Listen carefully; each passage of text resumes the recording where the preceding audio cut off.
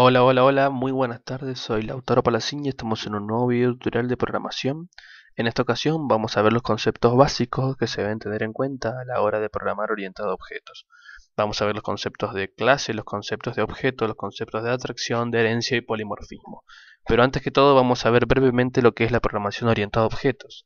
La programación orientada a objetos expresa un programa como un conjunto de estos objetos que colaboran entre ellos para realizar dichas tareas.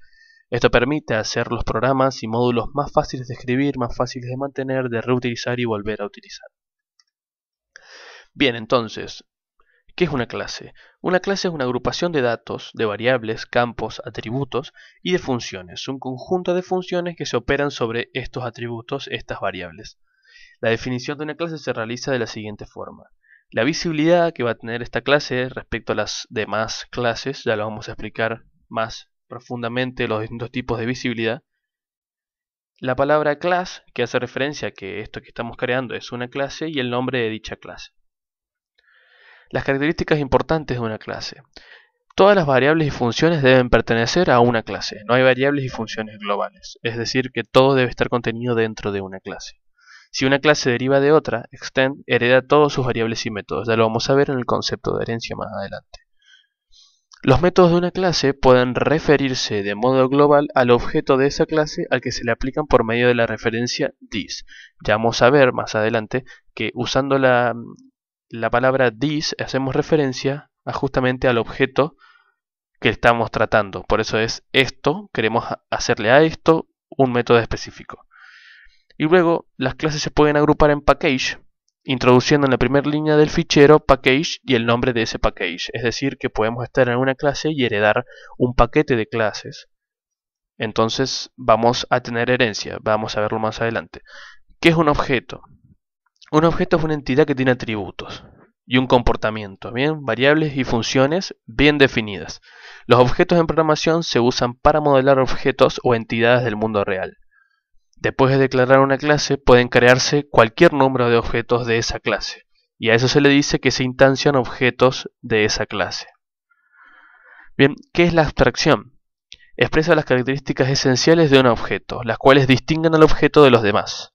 Es decir, yo voy a tener una clase, por ejemplo, en este caso aves, y puedo tener muchos objetos de clase aves, pero eso no quiere decir que todas las aves sean iguales. Bien, entonces imaginemos que queremos aplicar la abstracción en las aves.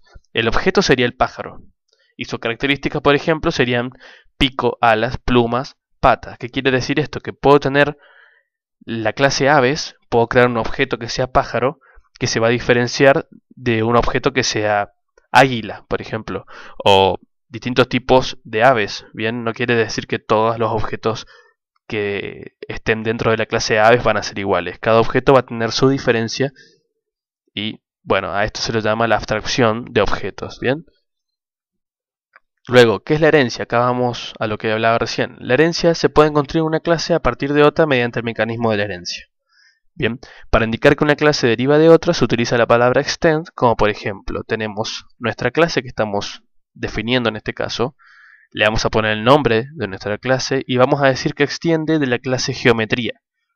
Esta es otra clase, bien, que contiene otros métodos, otros atributos, otras variables, bien. Esta clase círculo hereda todos los métodos, atributos que contiene geometría. Después más adelante vamos a ver cuáles puede o no ver dependiendo de la visibilidad de esos métodos, de esos atributos. Pero básicamente acá estamos diciendo que la clase círculo herede todo lo que extienda de geometría.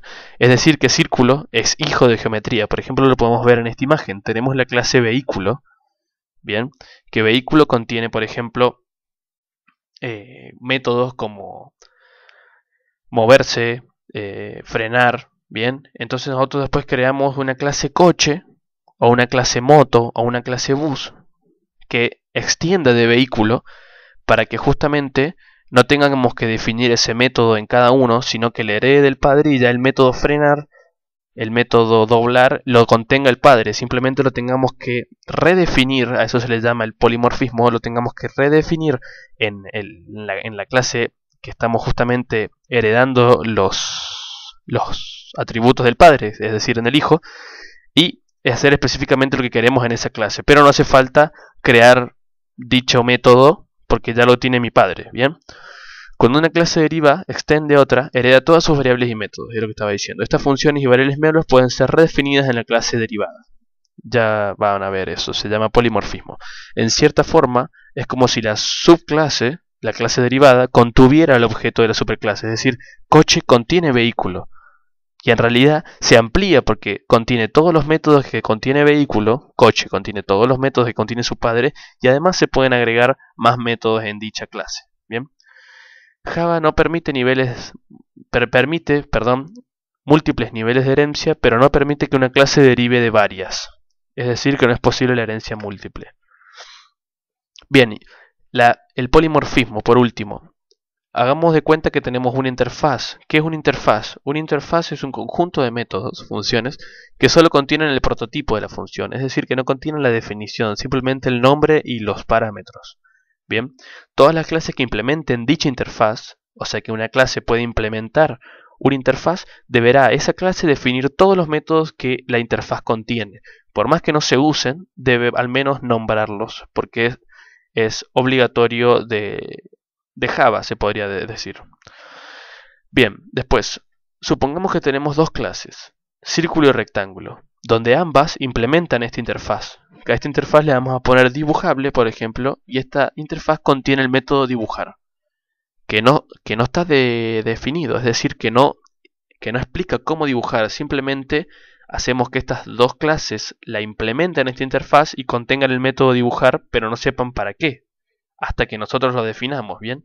Entonces, ambas clases deberán contener este método, cada que implementan la interfaz deberán contenerlo. Pero en cada caso, lo que se va a dibujar es distinto, porque en cada clase, en círculo y en rectángulo, no se dibujan lo mismo. ¿Bien? Entonces lo que hacemos es definir este método dibujar, y por más que se llame igual en círculo y en rectángulo, cada método va a ser distinto. En círculo se va a dibujar un círculo y en rectángulo se va a dibujar un rectángulo, por más que el método sea el mismo, que en realidad no es el mismo, está sobrescrito, por eso se llama polimorfismo. Entonces, es decir, el polimorfismo es la manera de que con el mismo nombre de función se pueden generar distintas acciones dependiendo de la clase en donde se define. Bien, y bueno, esto sería todo. Estos serían los conceptos básicos que nos harían falta para empezar a programar nuestro jueguito. Les agradezco mucho, espero que les haya servido. Muchas gracias, soy Lautaro Palacín. Hasta luego. Chau.